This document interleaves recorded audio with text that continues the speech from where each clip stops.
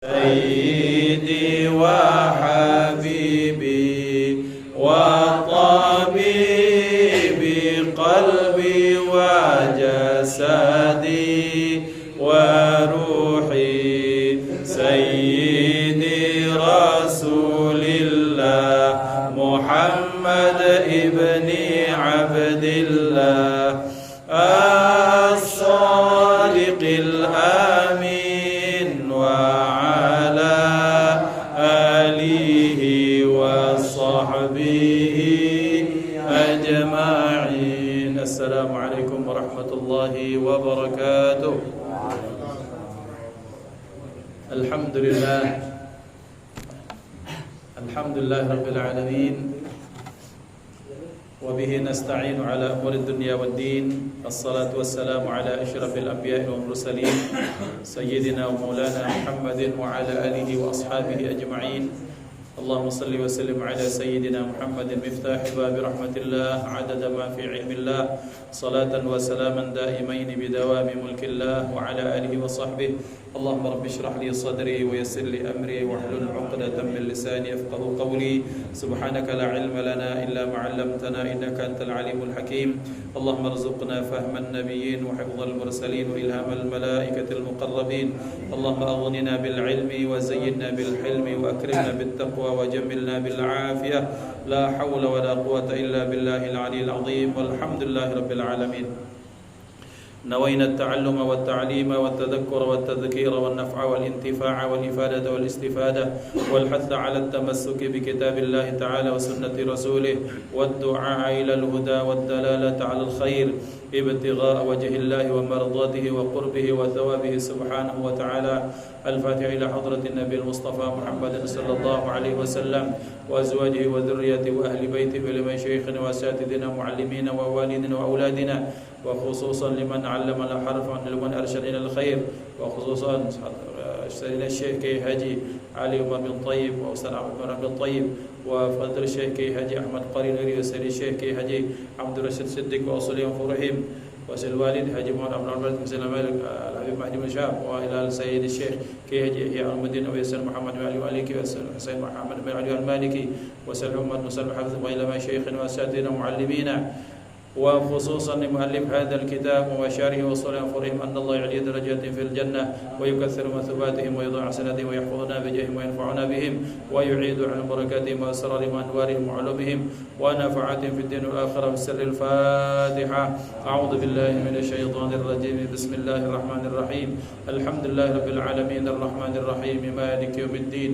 إياك نعبد وإياك نستعين اهدنا الصراط المستقيم صراط الذين أنعمت عليهم غير المغضوب عليهم ولا الضالين آمين. أيها الأحباب yang dimuliakan Allah Subhanahu wa taala, hadratal muhtaramin yang sama-sama kita ta'zimi orang-orang tua kita, para syiban kita, guru kita, orang tua kita, pengganti dari wakilan dari Ustaz Ali Umar Thayyib Ujujul. Mudah-mudahan beliau senantiasa dihsan wa alakiyakan Allah Subhanahu wa taala. Mudah-mudahan Allah Subhanahu wa taala senantiasa mengabulkan hajat beliau, lancarkan urusan-urusan beliau. Mudah-mudahan Allah Subhanahu wa taala senantiasa memberikan kesehatan dan mengizinkan beliau terus bersama kita. Amin Allahumma amin. Para syiban yang dimuliakan Allah, ada Abah Fai, ada Abah Yamin, ada Ayah Indra. Mudah-mudahan juga senantiasa walafiat. Keberadaan wujud orang-orang tua kita merupakan berkah bagi satu majlis, karena nazrah Allah diturunkan kepada mereka-mereka. Sayyidil Ustaz Ikram mata'ana Allah Ta'ala bituhli hayatihi wa riayatihi. Mudah-mudahan Allah SWT panjangkan usia beliau, Allah sehatkan beliau, Allah berikan madad barakah asrar imdad yang kemudian diteruskan kepada kita. Amin Allahumma amin. Ikhwatal iman, para jamaah pengajian Ahli Sunnah wal Jamaah pada Bang Darussalam, pengajian Jamaah Majlis Al-Imdad, ikhwatal iman dimanapun berada, alhamdulillah bersyukur kehadiran Allah Subhanahu wa taala menjadi satu nikmat ketika kita dipertemukan dalam kebaikan, kita dipertemukan dalam kekayaan hati untuk mencintai Rasulullah sallallahu alaihi wasallam, semangat untuk memperbaiki diri, semangat untuk menuntut ilmu, semangat untuk golek sangu, mencari sangu sebanyak-banyaknya untuk menghadap Allah membersamai Rasulullah sallallahu alaihi wasallam. Salawat dan salam terlimpah ruah kepada hadratul Rasul Sayyidina Maulana Muhammad sallallahu alaihi wa alihi wasallam beserta keluarga, sahabat, pengikut sekalian. Amin Allahumma amin. Ikhwatal iman dimuliakan Allah Subhanahu wa taala, merupakan satu nikmat, satu kebaikan, satu berkah, satu anugerah yang tak bisa diangkakan dengan uang adalah manakala kita dikumpulkan dalam majelis kebaikan seperti ini. Ada rasa haru, ada rasa bangga, ada rasa senang, ada bahagia bercampur jadi satu.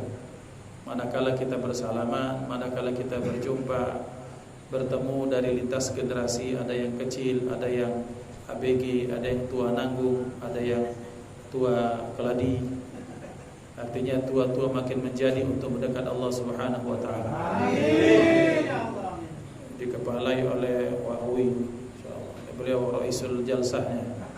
Ini merupakan satu kenikmatan ya ikhwan, bahwa nikmat berjumpa dengan orang soleh itu tidak semua tempat, tidak semua waktu kita bisa berjumpa. Ada kalanya ketika kita di hari pekerjaan kita, yang kita bicarakan adalah pekerjaan, bisnis, uang, hutang, jalan-jalan, aset, investasi segala macam. Yang kesemuanya muara itu ujung-ujungnya membuat kusut pikiran kita. Yang ujung-ujungnya bahwa pengaruh dampak dari pembicaraan atau pertemuan itu bukan menimbulkan syukur kehadiran Allah, malah sebaliknya menjadikan kita merasa tak berterima kasih dengan pemberian Allah. Tetapi bertemu dengan orang soleh, bertemu dengan orang yang himmahnya, semangatnya adalah akhirat, maka yang muncul adalah rasa syukur kehadiran Allah. Syukur bahwa Allah masih memberikan hidup, syukur bahwa Allah masih memberikan kesempatan, bahwa dengan sisa hidup ini kita masih diizinkan untuk mencari bekal sebanyak-banyaknya menghadap Allah. Jujur, ketika dari rumah masing-masing mungkin kita tak semangat, mungkin kita masih punya masalah. Tapi manakala kita sudah takbiratul ihram, kemudian berdoa, berzikir, berwirid, berjumpa, bersalaman, berpelukan, saling senyum, saling sapa, saling doakan, maka muncul kebaikan, rasa bahagia dalam hati yang tak bisa diangkakan. Kalaupun setelah ini ada halako nasi minyak, nasi kebuli, itu cuma bonus kecil saja. Kalaupun tak katik, mana caranya kalau ada. Ya. Maksudnya bukan begitu. Maksudnya adalah betapa pertemuan itu al-mu'akhah. Rasa cinta inilah menjadikan seorang pemuda yang disebut sebagai Dzul Bijadain, dia meninggalkan pamannya yang kaya, meninggalkan asetnya, menjumpai Rasulullah karena ditahan oleh pamannya, oleh orang-orang kafir Quraisy. Bekalnya diambil, uangnya disita, kemudian yang boleh dipakai cuma 2 kain saja. Berangkat dari Mekah sampai ke Madinah, berangkat masih ganteng, sampai ke Madinah kurus kering kerontang seperti orang tua. Sampai Rasulullah SAW itu sampai beliau tak mengenali, sampai bertanya, "Man anta?" "Siapa kamu ya Rasulullah?" "Saya fulan bin fulan." Kata Rasulullah, "Sepengingatku kamu tak seperti ini." Apa yang membuat beliau meninggalkan itu semua? Rasa rindu ke hadratul Rasul, rasa rindu kangen dengan beliau, dengan wejangan beliau, dengan senyum beliau. Artinya apa? Artinya kita orang beriman ini butuh komunitas, butuh kelompok yang dengan ini kita bisa menghibur satu sama lain. Ya, karena ikhwan dimuliakan Allah, hiburan kita orang-orang yang himmahnya kepada akhirat, ya majelis-majelis seperti ini. Mungkin ada orang yang berangkat dari rumah hiburannya ini, ada yang hiburannya itu. Ya kita hormati masing-masing. Tapi orang yang himmahnya, semangatnya akhirat, maka hiburannya adalah ngaji, majelis, hiburannya adalah salawat, hiburannya adalah mendengarkan kalam hikmah, hiburannya adalah melihat orang-orang tua kita yang taat kepada Allah, sehingga muncul rasa malu dalam diri kita. Betapa ya Allah, badan yang sehat dan kuat ini dikalahkan dengan orang-orang yang sudah sepuh, yang mungkin sudah akrabnya itu dengan GPU, dengan minyak angin, dengan balsam cap kapak, kira-kira. Kita kalah dengan beliau-beliau. Masuk. Langsung merapat. Maka ikhwan yang dimuliakan Allah Subhanahu wa taala, masuk ya. Tidak usah diperintahkan lagi masuk. Jadi oleh karena itu maka mari kita mensyukuri nikmat yang baik ini sehingga berharap mudah-mudahan Allah Subhanahu wa taala mendawamkan kenikmatan ini kepada kita. Amin Allahumma amin. Baiklah, insyaallah pada malam hari ini kita akan membahas lanjutan dari yang kemarin di Musalla An-Nur. Alhamdulillah yang hadir 3.000 dari makhluk gaib waktu itu. Ya. Malam hari ini kita sedikit mengulang. Bismillahirrahmanirrahim. Faslun. Bermula ini satu fasal. Man intaqadha wudu'uhu haruma alaihi arba'atu asya'a. Barang siapa yang batal wudunya, haram atasnya 4 perkara.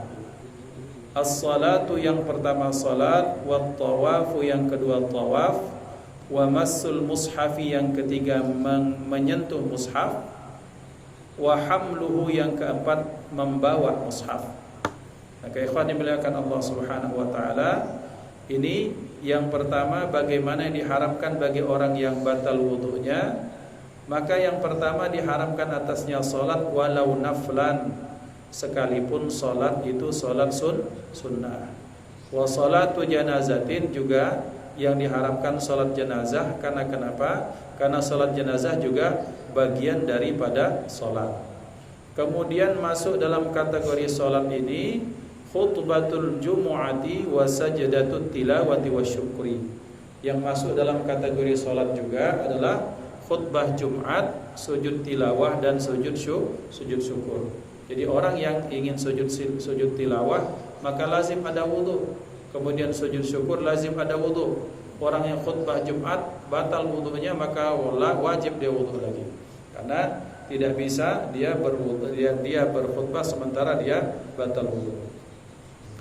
Wathaniha, yang kedua yang diharamkan bagi orang yang batal wudunya, at-tawaf, adalah tawaf. Fardhan aw naflan, baik tawaf tersebut tawaf fardu maupun tawaf yang sunnah. Mana tawaf yang fardu? Para ulama menyatakan tawaf yang fardu itu pertama tawaf qudum, kalau dia berbarengan dengan umrah bagi orang yang memilih haji tamattu. Haji ini kan ada 3. Ada 3 jenis, bukan 3 haji, tapi ada 3 pilihan cara berhaji. Mudah-mudahan Allah SWT mudahkan kita untuk naik haji ya Allah. Yang pertama namanya haji tamattu. Apa tamattu? Tamattu itu dari bahasa bersenang-senang. Senang-senang itu bagaimana? Nanti kita jelaskan. Pertama tamattu. Yang kedua haji qiran. Qiran itu artinya melaksanakan haji berbarengan dengan umrah satu paket. Yang ketiga namanya haji ifrad. Haji ifrad itu melaksanakan haji dulu baru umrah. Apa makna tamattu'? Allah Subhanahu wa taala berfirman, a'udzubillahi minasyaitonir rajim, wa atimmul hajja wal umrata lillah. Sempurnakanlah, kerjakan dan sempurnakan haji dan umrah semata-mata karena Allah. Di ayat ini Allah menyatakan ada ma'iyah, dan sempurnakanlah wa atimul hajja wal umrata, sempurnakan haji dan umrah karena Allah. Kita harus hati-hati bahwa yang dimaksud dengan umrah di sini adalah umrah yang wajib, umrah yang berbarengan dengan haji. Jadi kalau kita masih umrah yang Ramadan, umrah yang sekarang, bulan selain bulan haji, itu umrah sunnah. Itu umrah sunnah. Berarti kalaupun kita umrah sekarang nak 10 kali, 100 kali belum masuk miqat zamaninya waktunya, maka umrah kita masih terhitung umrah sunnah. Kapan umrah itu menjadi umrah yang memang wajib dikerjakan? Umrah yang berbarengan masuk musim haji. Nah, karena haji dan umrah ini wajib berbarengan, maka ada 3 cara tadi. Yang pertama tamattu', yang kedua qiran, yang ketiga ifrad. Intinya tetap bahwa haji dan umrah wajib dikerjakan entah berbarengan, entah duluan umrah, entah duluan haji. Nah, sekarang apa makna tamattu'? Tamattu' adalah haji di mana kita mendahulukan umrah baru haji. Ketika masuk zamannya kita sudah bisa melaksanakan rangkaian haji, waktu di mana kita bisa melaksanakan rangkaian haji itu namanya miqat zamani. Namanya miqat zamani. Nah, miqat zamani diperbolehkannya kita sudah melaksanakan umroh dan haji itu kapan? Dikatakan ulama dari bulan Syawal, Dzulqa'dah, Dzulhijjah. Syawal itu setelah Ramadan, Lebaran. Syawal, Dzulqa'dah, Dzulhijjah. Oke. Kemudian ketika orang yang umroh tamattu', kenapa tamattu'? Tamattu' itu adalah santai, bersenang-senang. Mengapa bisa dikatakan senang-senang? Ya ikhwan, ketika kita ihram, apa ihram itu? Ihram itu seseorang yang masang niat umroh atau haji. Jadi ini kain, misalnya kain 2 lapis itu kain ihram, bukan ihram itu sendiri. Ihram itu bukan kain. Ihram itu niat seseorang untuk melaksanakan haji dan umrah, itu namanya ihram. Kainnya kain ihram. Orang kalau sudah berihram, kalau sudah masang niat haji dan umrah, maka akan berlaku aturan-aturan yang ketat di situ. Tak boleh pakai wangi-wangian, tak boleh pakai dalaman, cuma boleh pakai 2 lapis kain ini pucuk bawah. Tak boleh cabut jenggot, tak boleh potong rambut apapun, tak boleh pakai sampo, tak boleh pakai minyak, tak boleh metik pohon, berburu segala macam. Susah tak? Susah. Bahkan mandi pun kita tak boleh pakai sabun. Kalau sudah ihram kemudian pengen mandi pun harus berhati-hati. Nah, itu kan tersiksa. Bayangkan kalau kita pakai kain ihram dari bulan Syawal sampai bulan haji 3 bulan. Apalagi tak boleh kita misalnya pegangan sama istri, tak boleh. Tak boleh berkata mesra. Oh, ini ada masternya. Ada master haji. Ini ngajari bebek berenang, minta izin suruh. Nah gitu, kita dalam posisi seperti itu, kita tersiksa, kita susah. Makanya oleh karena itu, cara supaya kita santai itu kita melaksanakan umroh. Maka bagi yang datang haji tamattu, rata-rata haji tamattu itu dari Indonesia tamattu, berangkat niat haji, kemudian dia memakai ihramnya. Ihramnya dari mana? Waalaikumsalam warahmatullahi wabarakatuh. Diatur. Ihramnya itu dari mana? Ihramnya dari Yalamlam kalau dari jurusan Indonesia ini. Maka kemudian kita sudah pakai ihram, sampai kita ke hotel, kita melaksanakan umroh, kita masuk Masjidil Haram, kita tawaf. Nah, tawaf itu namanya tawaf qudum. Tawaf kita datang ke kota Mekah. Tetapi karena tawaf qudum ini berbarengan dengan haji yang tamattu, maka tawafnya hukumnya wajib. Itu satu. Nah, kenapa tamattu? Kaget selesai kita tawaf, kemudian kita sa'i, kita tahallul. Tahallul itu memendekkan atau mempelontoskan rambut. Selesai, maka kita boleh buka kain ihram, ganti pakaian biasa. Sambil menunggu hari hanya, maka kita pacak pakai baju biasa, pacak pakai wangi-wangian, pacak motong kuku segala macam. Kecuali bercengkrama dengan istri belum boleh. Artinya apa? Bayangkan kita ini yang mestinya kalau kita pakai ihram dari bulan Syawal kita pertama datang 60 hari itu pakai kain ihram. Bayangkanlah tak pakai sabun, tak pakai sampo, busuk gitu. Belinang-linang juga gitu kira-kira muka itu. Kira-kira tak pakai, tak boleh pakai ini boleh. Tetapi karena barokah haji tamattu, maka selesai umrah, selesai kita buka kain ihram, pakai baju biasa, nanti kita akan ihram lagi ketika untuk haji. Itu pertama. Yang kedua, ada tawaf, itu namanya tawaf ifadah ya. Nah, sekarang cara yang kedua, ada orang hajinya haji qiran. Apa haji qiran? Haji qiran itu membarengkan antara umroh dan haji. Aku berniat nawaitul umrata wal hajjah, berbarengan itu ya. Aku berniat melaksanakan haji dan umroh berbarengan karena Allah SWT. Maka selama rangkaian ibadah haji tersebut dari tanggal 8 atau tanggal 9 Dzulhijjah sampai selesai, itu semua dia tak membuka kain ihram sampai selesai. Kemudian ada haji ifrad. Haji ifrad ini biasanya digunakan oleh penduduk Mekah atau orang yang tinggal di Mekah. Maka orang-orang yang mukim dan tinggal atau mustautin penduduk Mekah, maka mereka melaksanakan haji ifrad. Haji dulu, haji tanggal 8 atau tanggal 9, kemudian melontar. Setelah melontar mereka bisa buka tanggal 9 jam, selesai. Habis selesai rangkaian haji, tawaf ifadah, kemudian tawaf dia sa'i, kemudian dia tahallul. Selesai rangkaian itu kemudian baru melaksanakan umroh. Ini khusus untuk orang-orang yang tinggal di Mekah biasanya karena waktunya santai. Maknanya apa ya ikhwan? Maknanya adalah bahwa dalam ibadah haji pun Allah Subhanahu wa taala memberikan pilihan. Mana-mana pilihan yang membuat kita senang, kita tenang, maka diberikan pilihan dari Allah Subhanahu wa taala. Ya, Tuan Mudir, Kiai, silakan masuk. Langsung masuk ke depan. Masuk. Jangan numpuk di belakang. Biasakan masuk dulu. Ikhwan dimuliakan Allah, maka orang yang tawaf, maka tawaf ini wajib dalam kondisi suci. Kalau dia batal wudunya, maka dia wajib kemudian dia mengambil wudu lagi. Ustaz, mak mano kalau tawaf ini mak mano ya? Tawaf ini kan tak mau kita ini harus bersentuhan. Maka dikatakan ulama baru kita belajar satu bab namanya kita intiqal, kita pindah madhab sebentar, talfik namanya, talfik madhab dengan pendapat yang menyatakan bahwa wudu itu tidak batal ketika bersentuhan laki-laki dan perempuan hanya pada kondisi ini saja.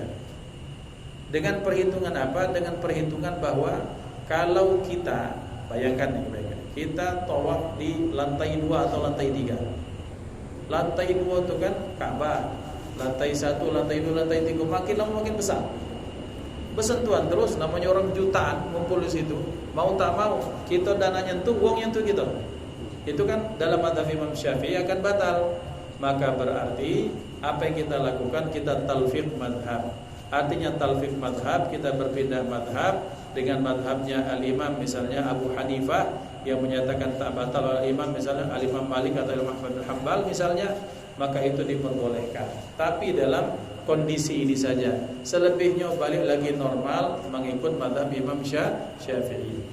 Maka orang yang batal wudu, tawaf apapun, tawaf sunnah atau tawaf yang wajib, maka itu wajib berwudu. Tawaf yang wajib mana lagi? Tawaf ifadah, namanya tawaf rukun. Ya, ada sebagian ulama menyatakan bahwa tawaf wada juga hukumnya wajib. Ada yang menyatakan bahwa itu sunnah. Itu satu.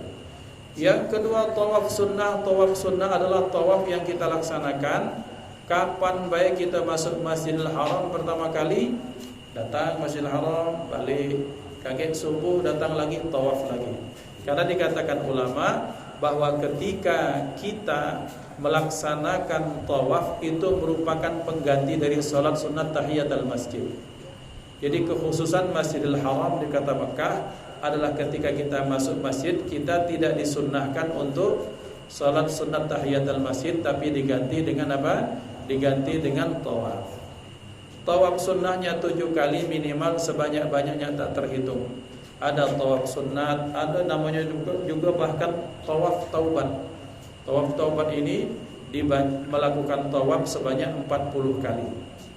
Sabda Rasulullah sallallahu alaihi wasallam itu, tawaf itu fi mathabatis shalah. Tawaf itu di dalam kondisi seperti orang salat. Kecuali bedanya adalah bahwa tawaf itu kita bisa berkata-kata selain yang biasa kita lakukan di salat. Maka kata Rasulullah, maka janganlah ngomong kecuali yang baik-baik saja.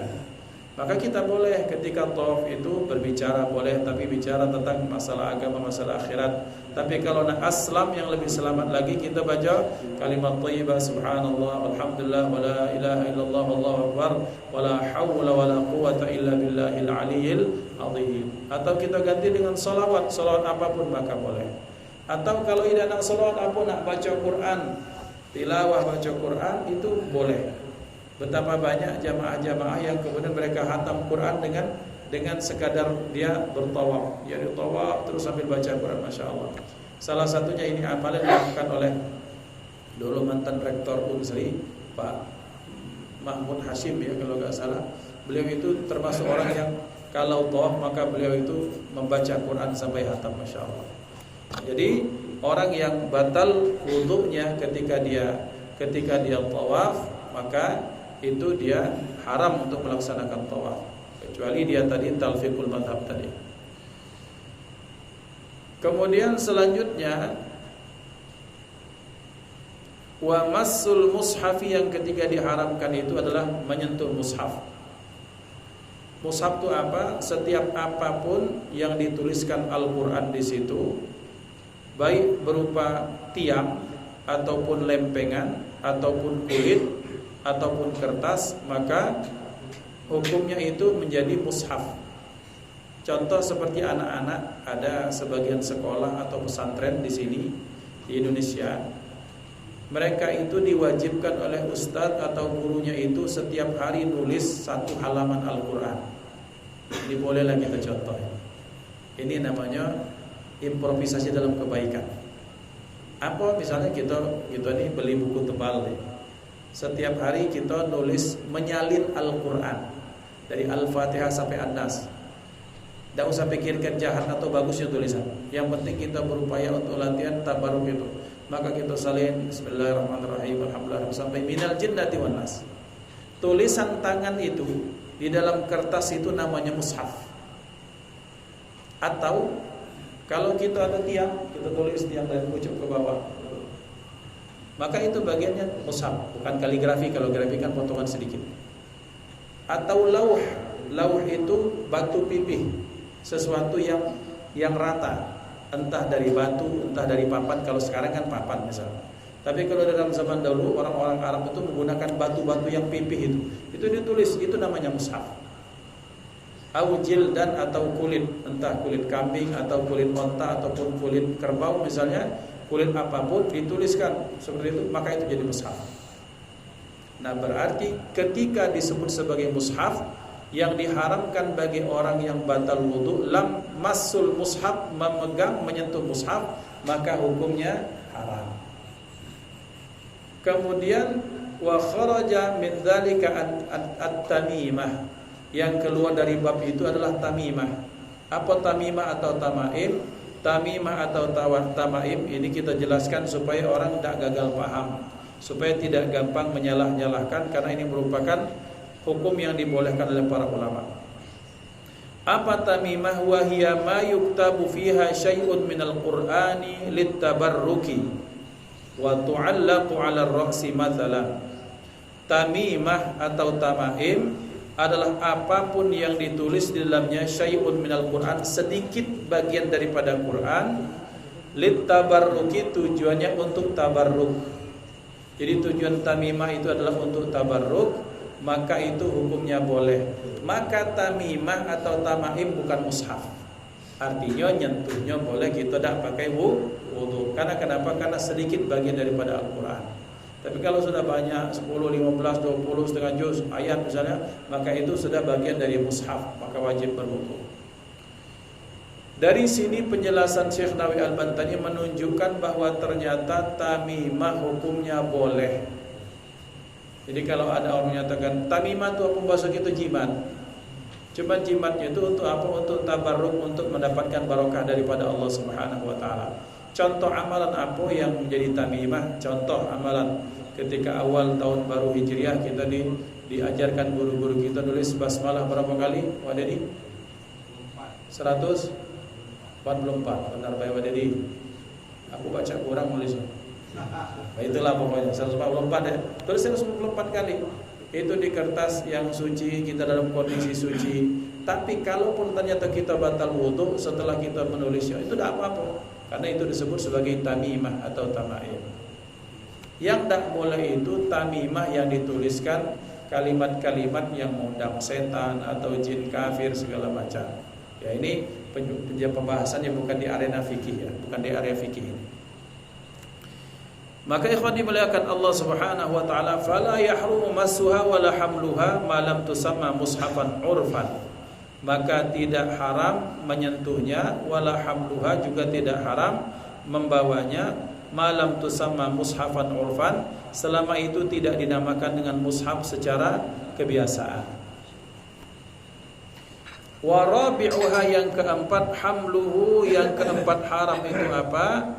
Haram untuk membawa mushaf illa fi mata'in fayahillu hamluhu ma'ahu tab'an lahu. Apa? Kecuali ketika di dalam mushaf tersebut berbarengan dengan mata', dengan barang-barang yang dikatakan ulama, maka niat kita membawa barangnya bukan membawa mushafnya. Ini mushaf. Ada kita, ada tas, ada apa, maka kita masukkan ke dalam tas, mushaf tersebut, mushafnya masuk dalam tas. Niatnya memegang itu karena ada barang-barang, ada barang, kita niat memegang barang itu, kita pindahkan, kita gawat. Ini kan bagian dari fikihnya seperti itu. Jadi ikhwan dimuliakan Allah Subhanahu wa taala, pendek kata namanya fikih ini ada tulah solusinya. Cuman makanya karena itulah para ulama menyatakan fikih ini harus digandeng, digait, dipepeti terus dengan apa? Dengan tasawuf, supaya orang tersebut tidak gampang mencari-cari hukum untuk mencari yang mudah-mudah. Bahwa dulu ini pernah ada fatwa yang aneh. Mungkin Ujuk pasti tahu, Pak Iya Bayamin, Ayah Indra pasti tahu apa? Dulu pernah ada fatwa bahwa bir bintang itu hukumnya halal. Pernah ada fatwa seperti itu dengan alasan bahwa dia tak memabukkan atau keadaannya sedikit atau apa segala macam. Jadi itu pernah terjadi. Tetapi kemudian oleh ulama dikaji lagi, begini akhirnya fatwanya menjadi haram. Artinya apa? Yang keluarkan fatwa itu berdasarkan ilmu. Tapi tentunya ilmunya kadang sudah nyerempet kepada ada pesanan-pesanan dikit lah seperti itu. Secara ilmu maka bisa. Maka fikih ini bahaya kalau tak dibarengkan dengan mengkaji hati. Karena dalilnya ini pacak tulah ya ikhwan, ada tulah jalan keluarnya. Tinggal kejujuran hati. Kejujuran hati, hati yang paling dalam, itu dalam bahasa fikih namanya masyairus syar'i. Perasaan-perasaan yang ketika kita muncul kira-kira ini patut atau tidak ya. Pas atau tidak, maslahat atau tidak. Kalau dalilnya betapa banyak dalil dicarikan ini boleh. Makanya oleh karena itu kita harus berhati-hati bahwa bersyukurlah bahwa kita punya guru-guru yang lurus, yang pikirannya bukan hanya sekadar hukum baik, tapi mereka mengingat kepada akhirnya Allah Subhanahu wa taala. Selanjutnya wa yahrumu 'alal junubi sittatu asya'a, dan haram atas orang yang junub ayil muhdisi hadatsan awsata sittatu asya. Bagi orang yang berhadas itu ada 6 perkara. Pertama, ahaduha as-salah, pasti bahwa salat itu diharamkan. La yaqbalullahu salata ahad salatan bighairi tahurin wala sadaqatan min ghulul. Bahwa Allah Subhanahu wa taala tidak menerima salat tanpa suci, dan Allah tak menerima sedekah dari sesuatu yang sesuatu yang kezaliman atau sesuatu yang haram. Jadi maksudnya salat itu tidak terima kecuali dari orang yang bersuci. Kemudian sedekah itu tidak terima kecuali dari yang baik-baik saja, dan Allah tak terima dari yang sesuatu yang diharamkan. Mengumpulkan duit, tolong kado tasrif, kumpulkan jamaah ibdan dengan jamaah ratib Ahlus Sunnah wal Jamaah Darussalam. Ada lokak 1 miliar. Dari mana? Biasa lah, menang 5 angko tadi. Dapat nian duit, tapi untuk jamaah majelis sudah pakam haramnya maksudnya. Jadi tidak boleh ya. Jadi sesuatu yang buruk-buruk itu tak bisa dimasukkan ke yang baik-baik. Jadi itu salat itu yang kedua juga berlaku tawaf. Tawaf itu at-tawafu bil baiti salah. Rasulullah sallallahu alaihi wasallam bersabda, tawaf di rumahnya Allah itu salat. Ikhwan dimuliakan Allah, tawaf ini satu amalan yang amalan tersebut tidak didapatkan di tempat lain. Tak ada istilah tawaf katanya. Ini istilah yang al-faqir saya sangat tak suka. Ada apa-apalah katanya, tak baca tawaf ke Mekah, kita tawaf ke Tanah Abang. Ini istilah yang saya enggak suka. Kalau ente mau pakai istilah lain. Ini akan muncul kebiasaan ujung-ujungnya istihza dengan agama. Akan meremehkan ajaran agama, menghina-hina ajaran agama. Ini yang oleh Rasulullah sallallahu alaihi wasallam bersabda, "Al-Islam mahjubun bil muslimin." Islam itu terhijab dengan orang-orang Islam itu. orang luar kage hormat dan respeknya minta ampun, kita dewek yang kemudian mengacak-acak istilah-istilah Islam kemudian kita plesetkan hanya untuk bahan ketawa-ketawa. Ya, berore boleh, tetapi selama kita mainkan sama kita tidak apa-apa lah.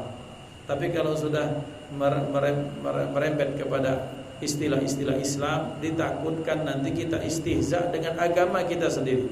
Sementara Allah sendiri sudah kita kasih kita hidayah, tapi kemudian hidayah yang Allah berikan itu kemudian kita pergunakan untuk ya bahan ketawaan agama kita.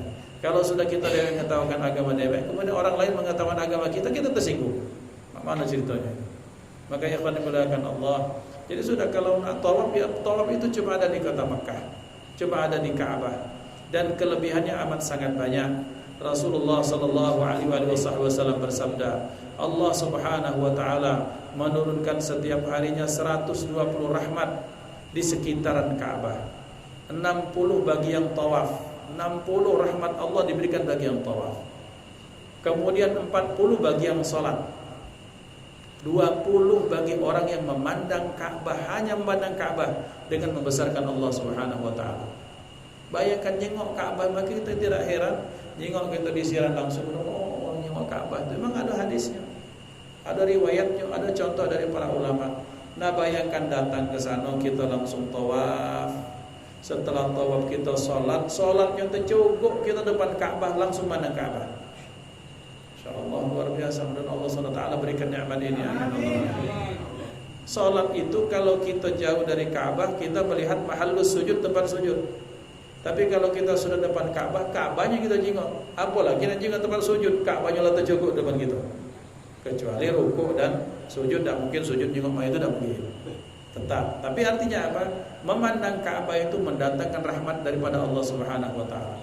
120 rahmat diberikan untuk orang yang tawaf, salat dan memandang Ka'bah. Itu kan kelebihan yang Allah tak berikan di tempat lain. Kemudian nanti ada, oh tawaf kami di sini Pak, di Tanah Abang, tawaf kami di 16 Ilir. Jauh tahu baik-baik. Oh nak nyari bahan rorian, bahan yang lain baik. Banyak yang lucu-lucu tanpa harus kemudian melibatkan istilah-istilah agama kita sendiri. Supaya kita ada respect kepada agama kita sendiri. Kalau kita yang tak hormat, siapa lagi menghormati agama kita? Ikhwan dimuliakan Allah. Jadi itu bagi orang yang tawaf, maka diharapkan juga bagi orang yang muhdats atau orang muhdits, orang yang berhadas itu melaksanakan tawaf. Juga sama menyentuh atau membawa mushaf. Kemudian wa hamluhu juga berikutnya apa? Wal lubthu fil masjidi wa qiraatul qur'ani. Al lubthu fil masjidi bagi orang yang hadas. Hadas itu seperti orang yang berhadas besar. Itu lubthu fil masjid, dia menginap di masjid, berdiam di masjid. Bukan murur itu, bukan lewat, tapi berdiam, duduk ini kadar 1-2 menit, itu al-lubthu fil masjid. Wa qiraatul Qur'an, dan juga membaca Al-Qur'an itu diharapkan. Kita cukupkan sampai di sini dulu. Kita akan lanjutkan pada munasabah yang akan datang biidznillah. Adanallahu wa iyyakum ajma'in.